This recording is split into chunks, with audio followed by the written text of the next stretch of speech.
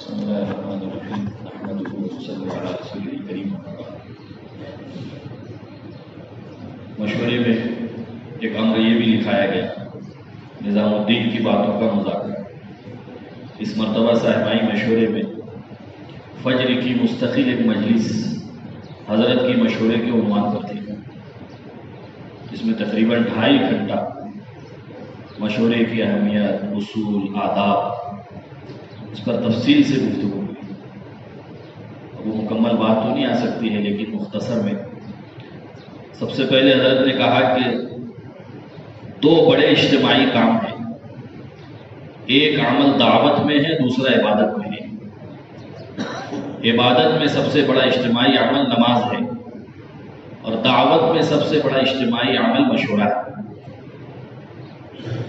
پورے قرآن پاک میں اکثر جگہ نماز کے ساتھ زکوٰۃ کو بیان کیا گیا، لیکن ایک موقع ایسا بھی ہے جس میں زکوٰۃ، روزہ، حج کسی عمل کو نہیں بیان کیا، بلکہ نماز کے ساتھ مشورے کو بیان کیا۔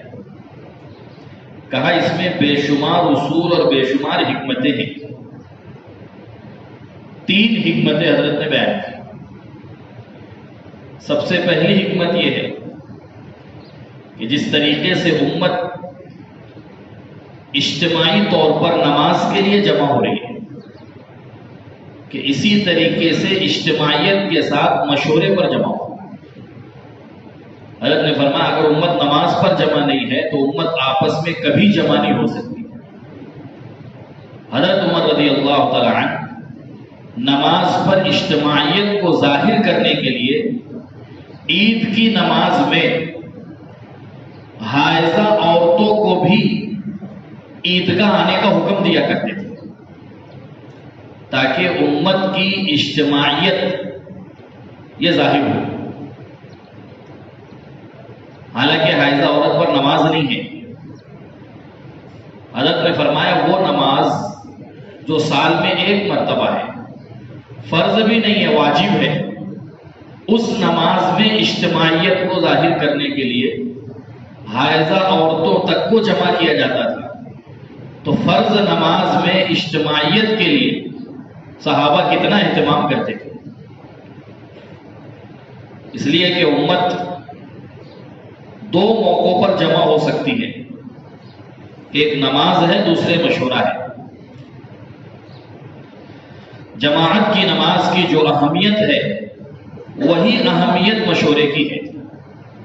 جس طرح اجتماعی نماز کے لیے سارے کام، سارے تقاضے آگے پیچھے کر دیے جاتے ہیں، ایسے ہی مشورے کے لیے بھی سارے تقاضے، سارے کام کو آگے پیچھے کیا جائے۔ دوسری حکمت مشورے کو نماز کے ساتھ بیان کرنے کی، حضرت نے فرمایا جیسے جماعت کی نماز یہ مسجد کا عمل ہے، ایسے ہی مشورہ بھی مسجد کا عمل ہے۔ اور جس طریقے سے ایک مسجد میں بیک وقت 2 جماعتیں نہیں ہو سکتی، ایسے ہی ایک مسجد میں 2 مشورے کی کوئی گنجائش نہیں ہے۔ حضرت نے کہا کہ اگر کسی مسجد میں 2 مختلف مذاہب کے لوگ ہوں، اس کے باوجود بھی 2 جماعتوں کی ہرگز اجازت نہیں دی جا سکتی۔ سارے مقتدی حنفی ہیں، امام شافعی ہیں، مقتدیوں کے ذمے ضروری ہے کہ وہ شافعی امام کی ہی اقتدا کریں۔ سارے مقتدی شافعی ہیں، امام حنفی ہے، سارے مقتدیوں کے ذمے ہے کہ وہ حنفی امام کی ہی اقتدا کریں۔ جس طریقے سے جماعت کی نماز میں دوسری جماعت کی گنجائش نہیں ہے، ایسے ہی مشورے میں ایک مسجد میں 2 مشوروں کی گنجائش نہیں ہے۔ تیسری حکمت یہ بیان کی، جس طرح نماز میں تمام چھوٹے بڑے، مالدار، غریب، امیر ایک امام کے پیچھے ہے، اسی طرح مشورے میں ہر کوئی ایک امیر کے تابع ہے۔ حضرت نے کہا کہ اگر 1,00,000 لوگ ہیں، سب کا رکوع، قومہ، سجدہ ایک ساتھ ہو رہا ہے، لیکن امام نہیں ہے، تو اس کو انفرادی نماز کہا جائے گا، جماعت نہیں کہا جائے گا۔ ایک امام ہے، ان کے پیچھے ایک مقتدی ہے، اس کو جماعت کی نماز کہا جائے گا۔ فرمایا سارے آداب بالکل مشورے کے نماز کی طرح ہیں، جو آداب نماز کے ہیں وہی سارے آداب مشورے کے ہیں۔ مشورے کے ادب میں سے ایک ادب یہ ہے کہ آپ رائے مشورے میں دیں۔ فرمایا جیسے نماز کے صحیح ہونے کے لیے یہ شرط ہے کہ امام کو لقمہ نماز میں دیا جائے۔ احناف کے یہاں خارج صلاۃ یعنی نماز کے باہر کا لقمہ اگر امام لے تو یہ عمل نماز کو فاسد کر دیتا ہے۔ ایسے ہی جو رائے دینا ہے وہ مشورے میں دی جائے، اور پھر حضرت نے کہا کہ صرف مشورے میں شریک ہونا رائے دینے کے لیے کافی نہیں ہے۔ جس طریقے سے امام کو لقمہ دینے کے لیے سارے ارکان میں امام کی تابعداری ضروری ہے، ایسے ہی مشورے میں رائے دینے کے لیے سارے اعمال دعوت میں شرکت ضروری ہے۔ سالانہ خروج بھی ہو، ماہانہ خروج بھی ہو، روزانہ کی محنت کا اہتمام ہو۔ جیسے مقتدی صرف اس امر میں امام کی اقتداء نہیں کرتا جس میں رکمہ دینا ہو، بلکہ سارے ارکان میں امام کے تابع ہوتا ہے۔ عبادت کا وقار نماز میں ہے، اسی طریقے سے دعوت کا وقار مشورے میں ہے۔ حضرت نے فرمایا لوگوں کو شکایت ہوتی ہے کہ ہم رائے دیتے ہیں، رائے سنی نہیں جاتی۔ فرمایا مشورے میں رائے اس کی سنی جاتی ہے جو اپنی رائے بار بار اللہ کے سامنے پیش کر چکا ہو اور اس پر اللہ سے استخارہ کر چکا ہو کہ اے اللہ اگر اس رائے میں خیر ہے تو اس کو باقی رکھ، ورنہ یہ رائے مجھ سے بلا لے۔ حضرت نے فرمایا مشورے کا جو وقار ختم ہو رہا ہے اس کی وجہ یہ ہے کہ میں اپنی رائے اپنے اللہ کے سامنے پیش کرنے سے پہلے اپنے ساتھیوں کے سامنے رکھ دیتا ہوں۔ آپ اپنے ذاتی امور میں اللہ سے استخارہ کرتے ہیں تو پھر دین کے امور میں اللہ سے استخارہ کیوں نہیں کرتے؟ حضرت نے کہا نماز کا ادب یہ ہے کہ مقتدی اگر امام کو لقمہ دے دے، مقتدی کی ذمہ داری پوری ہو گئی۔ اگر امام نے لقمہ نہیں لیا تو مقتدی کی نماز کا امام ضامن ہے۔ حدیث میں آتا ہے الامام ضامن، امام مقتدی کی نماز کا ضامن ہے۔ کسی مقتدی کو یہ اختیار نہیں ہے کہ لقمہ نہ لینے کی وجہ سے امام سے جھگڑا کرے یا وہ امام کی نماز کو چھوڑ دے۔ نہ نماز چھوڑنے کی گنجائش ہے، نہ امام سے جھگڑنے کی گنجائش ہے۔ فرمایا بالکل یہی ادب مشورے کا ہے۔ اگر امیر کو رائے دے دی گئی، اب یہ اللہ کے یہاں بری الذمہ ہو گیا، رائے قبول کر لی جائے تو بہت اچھا، نہ قبول کی جائے تو نہ اس پر جھگڑنے کی گنجائش ہے، نہ مشورے کے چھوڑنے کی گنجائش ہے۔ صحابہ کا معمول یہی ہے، رائے دے کر فارغ ہو جاتے تھے۔ حضرت عمر رضی اللہ تعالیٰ عنہ رائے دینے میں اپنی آواز کو اتنا پست کرتے تھے کہ آپ علیہ السلام کو پوچھنا پڑتا تھا کہ عمر تم نے کیا رائے دی ہے؟ فرمایا کہ مشورہ کن چیزوں کا کریں، کن امور کا مشورہ ہو؟ فرمایا ان امور کا مشورہ کرنا ہے جو ہمارے کام سے متعلق ہے۔ جو امور ہمارے کام سے متعلق نہیں ہے نہ اس کا مشورہ ہے نہ اس میں پڑھنا ہے۔ جو امور ہمارے کام سے متعلق نہیں ہے نہ اس میں مشورہ ہے نہ اس میں مداخلت ہے۔ حضور اکرم صلی اللہ علیہ وسلم اپنے صحابہ سے کام کے امور کا مشورہ کرتے تھے اور صحابہ کام کے امور سے متعلق رائے دیتے تھے۔ اگر انفرادی مسائل میں کوئی حضور سے مشورہ کرتا تو آپ فرماتے تھے کہ یہ میری رائے ہے، فیصلہ نہیں ہے۔ حضرت نے فرمایا کہ مشورے والے اگر کسی ساتھی کے انفرادی مسائل میں مداخلت کریں تو اس سے وہ فریق بن جائیں گے اور مشورے کے امور ضائع ہو جائیں گے۔ آپ کو اللہ نے جو مشورے کا فیصل بنا کر کے اختیار دیا ہے، اس کو ذاتی مسائل میں استعمال مت کرو۔ حضرت نے کہا دو ساتھی آتے ہیں آپس کا جھگڑا لے کے اور کہتے ہیں امیر صاحب جو کہیں گے وہ ہم مان لیں گے۔ فرمایا ہرگز اس کی اجازت نہیں ہے، وہ اپنا فیصل کسی اور کو بنائیں، ذمہ دار کو ذاتی معاملات میں فیصل بننے کی ہرگز اجازت نہیں ہے۔ حضور اکرم صلی اللہ علیہ وسلم حجرے سے باہر نکلے، آپ نے دیکھا کہ دو شخص آپس میں جھگڑ رہے ہیں۔ ایک شخص بکری بیچنے والا ہے، دوسرا خریدنے والا ہے۔ بیچنے والا کہہ رہا ہے کہ میں اس رقم سے کم نہیں کروں گا، خریدنے والا کہہ رہا ہے کہ اس میں کچھ کمی کر دو۔ اتنے میں اللہ کے نبی صلی اللہ علیہ وسلم سامنے سے گزرے. خریدنے والے نے کہا اللہ کے نبی آپ اس سے کہہ دیں یہ قیمت میں کچھ کم کر دیں.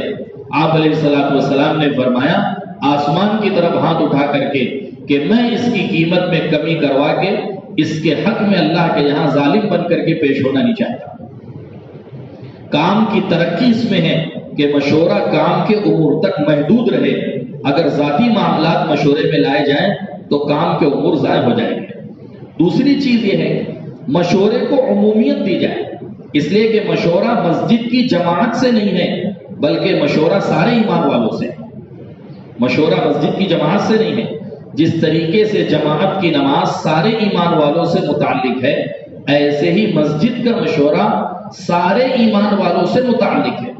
حضرت نے فرمایا انتظامی امور یہ تو ہمارے کام کے اندر ایک سب سے آخر درجے کی چیز ہے اور اس کا مشورہ ہر ایک سے نہیں ہے، لیکن دعوت کے اعمال کا مشورہ ہر ایک سے ہے. اس لیے کہ مشورے کے ذریعے سے ہر مسلمان کے دل میں دین کے مٹنے کا درد غم پیدا کرنا ہے. حضرت نے فرمایا کہ آپ جس کو اپنی فکر میں شریک کرنا چاہتے ہیں اس سے آپ کو رائے لینا پڑے گی. فرمایا رائے لینا یہ اس شخص کا احترام ہے کہ وہ خوش ہو جائے گا کہ کام تو ان کا ہے مگر رائے مجھ سے لے رہے ہیں. حضرت نے فرمایا اللہ معاف کرے ایسا محسوس ہوتا ہے کہ ہر مسجد میں ایک جماعت مشورے کی بن گئی ہے، وہ اپنے ساتھیوں سے رائے لیتے ہیں، بلکہ بعض جگہ تو لوگ مصلیوں کے جانے کا انتظار کرتے ہیں مشورے کے لیے. فرمایا حضرت نے جو اہمیت عموم کے تعلیم کے عمل میں شریک کرنے کی ہے وہی اہمیت عموم کے مشورے کے عمل میں شریک کرنے کی ہے. اس لیے کہ مشورہ مسجد کی آبادی کا عمل ہے. مشورے کی عمومیت یہ ساتھیوں کی صلاحیت کو ٹھکانے لگائے گی. مولانا یوسف صاحب رحمۃ اللہ علیہ فرماتے تھے جس سے رائے نہیں لوگے اس سے کام نہیں لے سکو گے. بڑی بڑی فتوحات بڑی بڑی غیبی مددیں مشورے پر ہوئی ہیں. اس کی دو مثالیں حضرت نے پیش کی کہ بڑی بڑی فتوحات بڑی بڑی غیبی مددیں مشورے پر ہوئی ہیں. سب سے پہلی غیبی مددیں اور بڑی فتح جو ہے یہ فتح مکہ ہے جس کو اسلام کی فتح کہا جاتا ہے. حضرت نے فرمایا کہ یہ مشورے کی برکت ہے. اللہ کے نبی صلی اللہ علیہ وسلم نے ایک عورت سے رائے ام سلمہ رضی اللہ عنہا سے اللہ کے نبی صلی اللہ علیہ وسلم نے رائے. حضرت نے فرمایا کہ حضور اپنی فکر میں اپنی ازواج کو ایسا شریک کیا کرتے تھے کہ ایک بیوی کی رائے پر سارے صحابہ 100% عمل کرنے کے لیے تیار ہو گئے. ہمارے یہاں اگر کسی سے پوچھا جائے تو کہتے ہیں کہ میں دعوت میں ہوں اور گھر والی میری خدمت میں ہے. حضور علیہ السلام نے اپنے گھر والوں کو اپنی فکر میں شریک کیا. تو فتح مکہ کے موقع پر اللہ کے نبی صلی اللہ علیہ وسلم نے حضرت ام سلمہ کی رائے پر فیصلہ کیا. آپ نے اللہ کو حکم دیا سر مڈوانے کا. حضرت نے فرمایا اس لیے کہتے ہیں تکلیف اپنے لیے ہے ترغیب دوسروں کے لیے. لا تکلف الا نفسک وحرض المؤمنین. حضور نے پہلے اپنے سر کے بالوں کو مڈایا ہے، اپنے آپ کو مکلف بنایا ہے، صحابہ کو آپ نے ترغیب دی ہے. لیکن حضرت نے فرمایا ترغیب وہ مؤثر ہوگی تو تکلیف کے بعد ہوگی. وہ ترغیب مؤثر ہوگی جو تکلیف اپنے آپ کو مکلف بنانے کے بعد ہوگی. ورنہ حضرت کا جملہ ہے کہ وہ صحابہ جو سر کے اشاروں پر گردن کٹانے کے لیے تیار رہتے تھے وہ حضور کے اصرار پر بال نہیں کٹا رہے. جو اشاروں پر گردن کٹانے کے لیے تیار رہتے تھے وہ اصرار پر بال کٹانے کے لیے تیار نہیں ہے. اللہ کے نبی صلی اللہ علیہ وسلم نے تکلیف کے بعد ترغیب دی. فرمایا فیصلہ ساری رائے کو ایک بنانے کے لیے ہوتا ہے. فیصلہ کیوں ہوتا ہے؟ ساری رائے کو ایک بنانے کے لیے. فیصلے کے بعد رائے کا دل میں رکھنا یہ خیانت ہے. قرآن نے کہا فلا وربک لا یؤمنون حتی یحکموک فیما شجر بینہم کہ آپ کے رب کی قسم وہ ہرگز مومن نہیں ہو سکتا جو آپ کے فیصلے کے بعد بھی رائے کو دل میں رکھنے والا ہے. یہ کہنا حضرت نے فرمایا کہ یہ کہنا کہ چلو ٹھیک ہے اب تو فیصلہ ہو گیا یہی کرنا ہے لیکن اگر ایسا ہوتا تو بہتر تھا، حضرت نے کہا یہ بھی غلط ہے، اس کی بھی گنجائش نہیں ہے. آپ اپنی رائے کو فیصلے کے بعد بہتر کہیں اس کی بھی گنجائش نہیں ہے. فیصلے کے بعد اگر رائے ذہن میں آئے تو کیا کریں؟ حضرت نے فرمایا کہ کبھی رائے ذہن میں آئے فیصلے کے بعد تو کیا کریں؟ فرمایا کہ اپنی رائے کا اظہار ساتھیوں کے سامنے کرنا فیصلہ ہو جانے کے بعد یہ امیر کے فیصلے کا انکار ہے، یہ امیر کے فیصلے کا انکار ہے۔ اس کے دو نقصان ہوں گے۔ فیصلے کے بعد اپنی رائے کا مذاکرہ، اس کے دو نقصان ہیں۔ ایک تو ساتھی کسی امر پر اجتماعی طور پر جمع نہیں ہو سکیں گے، دوسرے مشورے کے امور ضائع ہو جائیں گے۔ تو کیسے رائے پیش کریں؟ حضور پاک صلی اللہ علیہ وسلم کے زمانے میں حضرت نے مثال دی، بدر کے میدان میں حضور نے مسلمانوں کے لشکر کے اترنے کی جگہ طے کر دی، اعلان بھی کر دیا۔ ایک صحابی کے دل میں خیال آیا، حضرت نے فرمایا اللہ مخلصین پر رائے کا الہام کرتے ہیں، لیکن وہ مخلصین ایسے ہوتے ہیں جو ڈرتے ڈرتے اپنی رائے کو پیش کرتے ہیں۔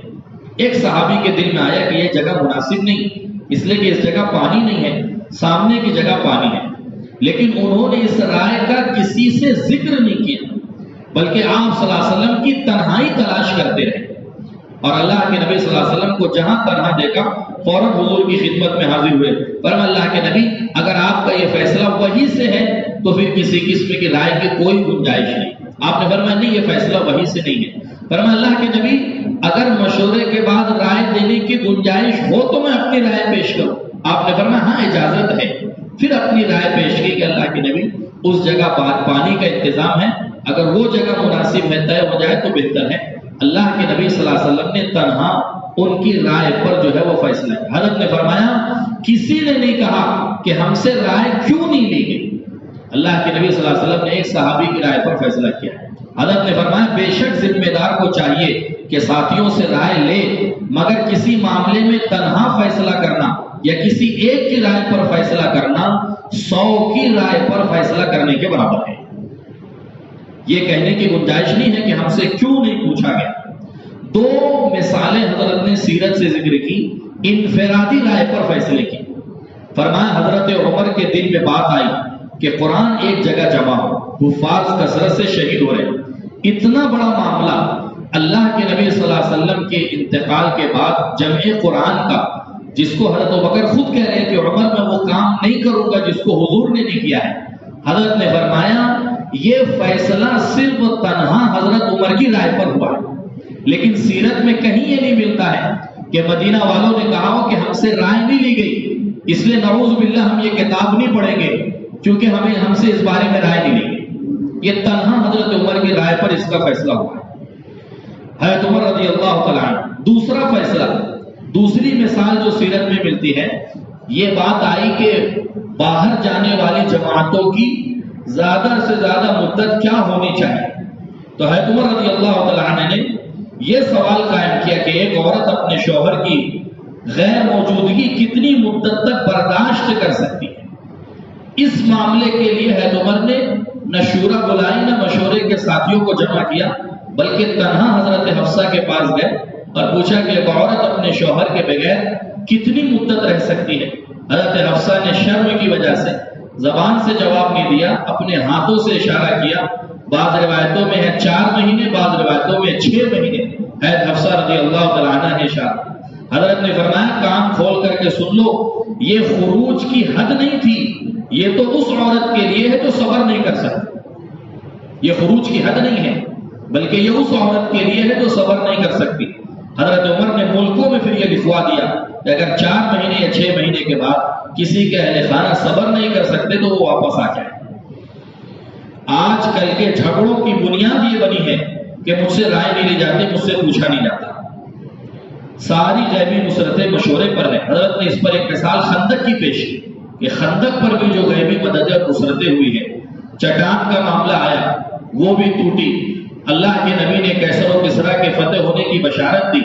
تیسرے بھوک، صحابہ فرماتے تھے ہمارے پیٹ پر بھی پتھر تھے، ہمارے پیٹھ پر بھی پتھر تھے، پیٹ پر پتھر بھوک کی وجہ سے اور پیٹھ پر پتھر تھے خندق کے پتھروں کو اٹھانے کی وجہ سے۔ ہمارے پاس نوکر نہیں تھے، خادم نہیں تھے، خود ہم خندق کو جو ہے وہ کھود رہے تھے۔ بھوک کا عالم یہ ہے کہ 4 آدمی 5 آدمیوں کے کھانے کا انتظام۔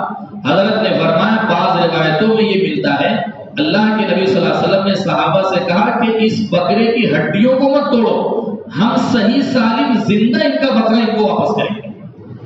اور پھر اللہ کے نبی صلی اللہ علیہ وسلم نے واپس کیا۔ یہ مشورے کی برکت ہے۔ حضرت نے فرمایا جو نمائندے ملکوں کے آتے تھے وہ سب سے زیادہ صحابہ اور حضور کے مشورے سے متاثر ہوتے تھے، اس لیے کہ وہ دیکھتے تھے کہ ہمارے یہاں کی میٹنگوں میں آوازیں بلند کی جاتی ہے اور فیصلوں کی خلاف ورزی کی جاتی ہے، اور یہاں کے مشورے میں رائے ڈرتے ڈرتے دی جاتی ہے اور فیصلے پر سب مجتمع ہو جاتے ہیں۔ اس چیز کو دیکھ کر کے آنے والے سب سے زیادہ صحابہ اور حضور پاک صلی اللہ علیہ وسلم کے مشورے سے متاثر ہوتے تھے۔ حضرت نے بہت تفصیل کے ساتھ یہ بات عرض کی، اپنے مشورے کو مجاہدے کی صفت پر لانا ہے۔ اس طریقے سے نماز میں کتنا ہی تقاضا پیش آ جائے بیچ میں منقطع کرنے کی اجازت اور گنجائش نہیں ہے، ایسے ہی ہمارا اپنا مشورہ بھی جب تک دعا نہ ہو جائے، مکمل نہ ہو جائے، درمیان سے چھوڑنے کی گنجائش نہیں ہے۔ اپنے عمل کو مجاہدے کے ساتھ ابن قیم رحمۃ اللہ علیہ نے لکھا ہے، داعی کا مقام اللہ کے یہاں اس کے مجاہدے کے بقدر ہے۔ اور پھر بڑی عجیب بات لکھی ہے کہ حضرت یونس بھی نبی ہے، حضرت موسیٰ علیہ السلام بھی نبی ہے۔ حضرت یونس سے ایک مرتبہ خطا ہوئی، اللہ کے امر اور اجازت کے بغیر بستی چھوڑ دی، اللہ کی طرف سے فوراً جو ہے اس خطا پر گرفت ہوئی اور مچھلی کے پیٹ میں گئے۔ قرآن نے کہا کہ اگر حضرت یونس کی تسبیح نہ ہوتی فَلَبِثَ فِي السِّجْنِ بِضْعَ سِنِينَ، تو یہ سالوں جو ہے وہ اس مچھلی کے پیٹ میں رہتے۔ فرمایا ایک مرتبہ کی خطا پر اللہ کی طرف سے جو ہے وہ گرفت ہوئی۔ حضرت موسیٰ علیہ السلام بڑی بڑی خطائیں ہوئی، تورات لے کر کے آئے، دیکھا کہ اکثر بنی اسرائیل مرتد ہو چکی ہے، لکھا ہے کتابوں میں اتنا غصہ تھے، بلکہ قرآن میں ہے القل الوا، تورات کی تختیاں جس پر اللہ کا کلام ہے اس کو پھینک دیا۔ اپنے جیسے نبی حضرت ہارون ان کی داڑھی پکڑ کر کے کھینچ لی، حضرت ملک الموت کو تماچا مارا جس سے ان کی آنکھ باہر آ گئی۔ ان ساری غلطیوں کے باوجود بھی اللہ کی طرف سے کوئی پکڑ اور مواخذہ نہیں، اس لیے کہ جو مجاہدے اور جو قربانی اور جو حالات حضرت موسیٰ علیہ السلام نے اس راستے میں برداشت کیے تھے، وہ حالات اور وہ مسائل حضرت یونس علیہ السلام کے ساتھ پیش نہیں آئے، اس لیے ان کے ساتھ معاملہ کچھ اور تھا اور ان کے ساتھ معاملہ کچھ اور ہے۔ تو اللہ کے یہاں یہ معاملہ ہے کہ مجاہدے کے بقدر جو ہے وہ داعی کا مقام، اس لیے گزارش یہ ہے کہ آخر تک جب تک ہمارا اپنا مشورہ ہو، جم کر کے جو ہے وہ پورے مشورے میں ہماری شرکت کریں گے انشاءاللہ۔ اللہ پاک